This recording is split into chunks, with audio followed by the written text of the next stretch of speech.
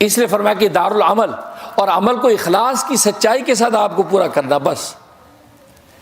اب اس کا نتیجہ یہ آپ کے ذمہ نہیں ہے، اخلاص کی سچائی کے ساتھ جب عمل کرتا ہے تو اللہ تبارک و تعالیٰ کے اس عمل کا اجر لکھا جاتا ہے۔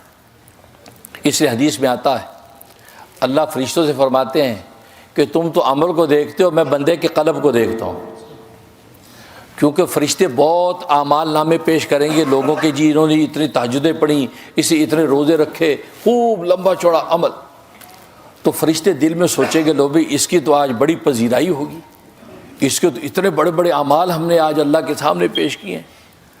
تو اللہ سارے اعمال نامے دیکھ کے اور سن کے فرمائیں گے کہ اے میرے فرشتوں، تم نے عمل کو دیکھا اور میں نے اس کے قلب کو دیکھا، یہ اس نے جتنا سارا جو عمل کیا تھا یہ میرے لیے نہیں کیا، میرے غیر کے لیے کیا، یہ ریا کے لیے کیا، رضا کے لیے نہیں کیا، لہٰذا یہ سارے کے سارے اعمال آج عکارت ہو گئے، ان کو لپیٹ کے منہ پہ مار دو اور اس کو جہنم میں داخل کر دو۔ حالانکہ وہ عبادتیں لے کے گیا لیکن وہ ریا تھی، رضا نہیں تھی۔ اور بہت سے لوگوں کے اعمال پیش کریں گے، بڑے مختصر سے اعمال، تو فرشتے دل میں سوچیں گے کہ یہ تو معمولی چیز ہے، اللہ میاں کو زیادہ اس کے اعمال پسند نہیں آئے، کہ کیے ہی کچھ نہیں ہے، 2-4 نمازیں پڑھنی ہیں، 1 تہجد، 2-4 روزے، بس ڈنڈی ہی مارتا رہا ہے، بلکہ ڈنڈے مارتا رہا ہے، تو اعمال صاحب تو حقارت کے ساتھ پیش کریں گے اعمال نام۔ اللہ جب دیکھیں گے فرمایا کہ فرشتوں تم نے اس کے عمل کو دیکھا، میں نے اس کے قلب کو دیکھا، میں نے اس کے قلب کو دیکھا، اس نے عمل کرنے کی جو سچائی اس کے قلب کے اندر موجود تھی، تو جو عمل اس نے نہیں بھی کیا ہے میں نے اس کے نامہ اعمال میں وہ بھی لکھ دیا ہے، لہٰذا اس کو جنت میں داخل کر دو۔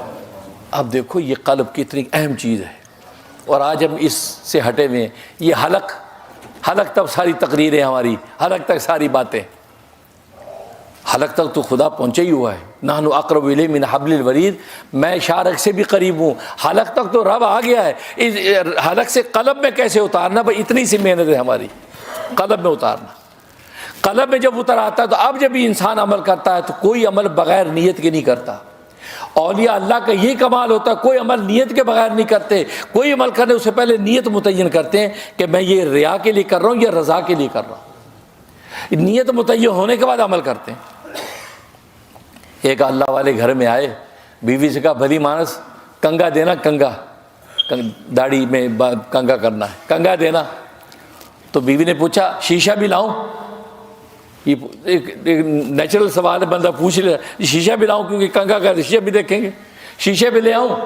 ابھی چپ ہو گئے، تھوڑے سے خاموش ہو گئے، توقف کے بعد ہاں شیشہ بھی لے آؤ۔ تو پھر آپ کو شیشہ منگانے میں سوچنے کی ضرورت کیوں پڑ گئی؟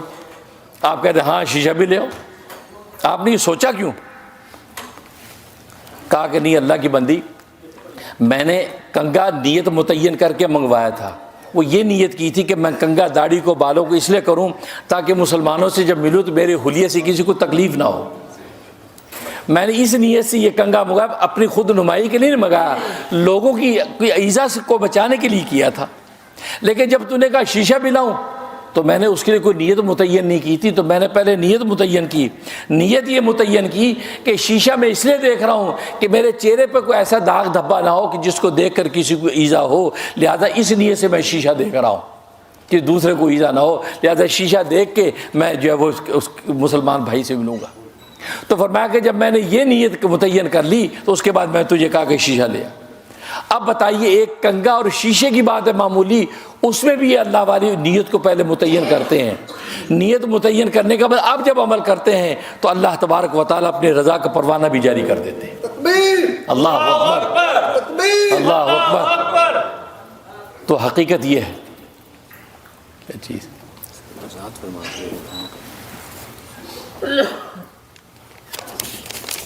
یہ سوالات ہیں۔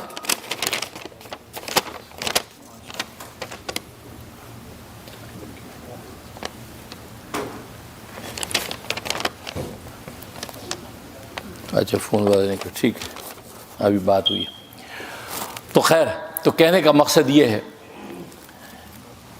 کہ اپنے قلب کو، بس قلب کی نگرانی، ہمارا کام صرف دل کی نگرانی، ہمیں اور کوئی کام نہیں ذمہ لگائے گا، دل کی نگرانی کریں کہ دل کے اندر جو جذبات اٹھیں رضا کے لیے ہیں یا ریا کے لیے ہیں۔ بس یہ ہمیں واچ کرتے رہیں. جب ہماری دل کے خیالات ریا اور رضا کے لیے ہوں گے تو اللہ تبارک و تعالی دلوں میں آ کے بیٹھ جائے گا. وہ بابا بلے شاہ اللہ کے عارف گزرے ہیں, وہ پنجابی میں کہتے ہیں نا کہ جے رب ملدا نہاتیاں دھوتیاں تو ملدا ڈڈواں مچھیاں. نہانے دھونے سے خدا ملتا تو یہ مینڈک مچھلیوں کو ملتا, وہ ہر وقت نہاتے ہیں. جے رب ملدا نہاتیاں دھوتیاں تو ملدا ڈڈواں مچھیاں, جے رب ملدا وچ مسیتی تو ملدا چام چرٹیاں. یہ چمگادڑیں مسجدوں میں گھونسلے بناتی ہیں, آپ نے دیکھا ہوگا چکو دیہاتوں میں. صرف نیرا مسجد میں آنے سے خدا ملتا تو ان کو ملتا. صرف مسجد میں آنا ہی کافی نہیں, یہ آئے کس نیت سے, یہ سوال یہ ہے دل میں کیا جذبات لے کر مسجد میں آپ انٹر ہو رہے ہیں, فساد کرنے کے لیے یا اللہ تبارک و تعالیٰ کا قرب پانے کے لیے, کیا کرنے آئے. تو فرمایا جیرا میں ملتا وچ مسیتی تو ملتا چام چرٹیاں, جیرا میں ملتا جنگل بیلے تو ملتا گواں وچھیاں. اگر جنگلوں میں نکل جانے سے ملتا تو گائے بھینسوں کو ملتا جو ہر وقت جنگلوں میں پھر رہی ہیں. بولیا رب انہاں نو ملتا تے نیتا جنہ دیاں سچیاں.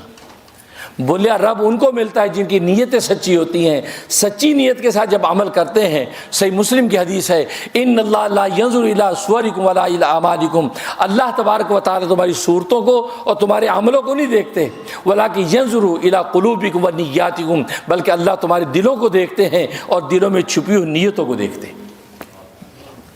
نیتوں کو دیکھتے ہیں, اس نیت پر اللہ فیصلہ کرتے ہیں. تبھی حدیث میں جیسے فرشتوں کے اللہ کہتے ہیں کہ تم نے اس کا عمل دیکھا, میں نے اس کا قلب دیکھا. عمل تو ڈھیروں لے کے آئے لیکن قلب کے اندر اللہ کا غیر بھرا ہوا ہے, لہذا یہ میرے کام کا نہیں, اللہ کا غیر ہے.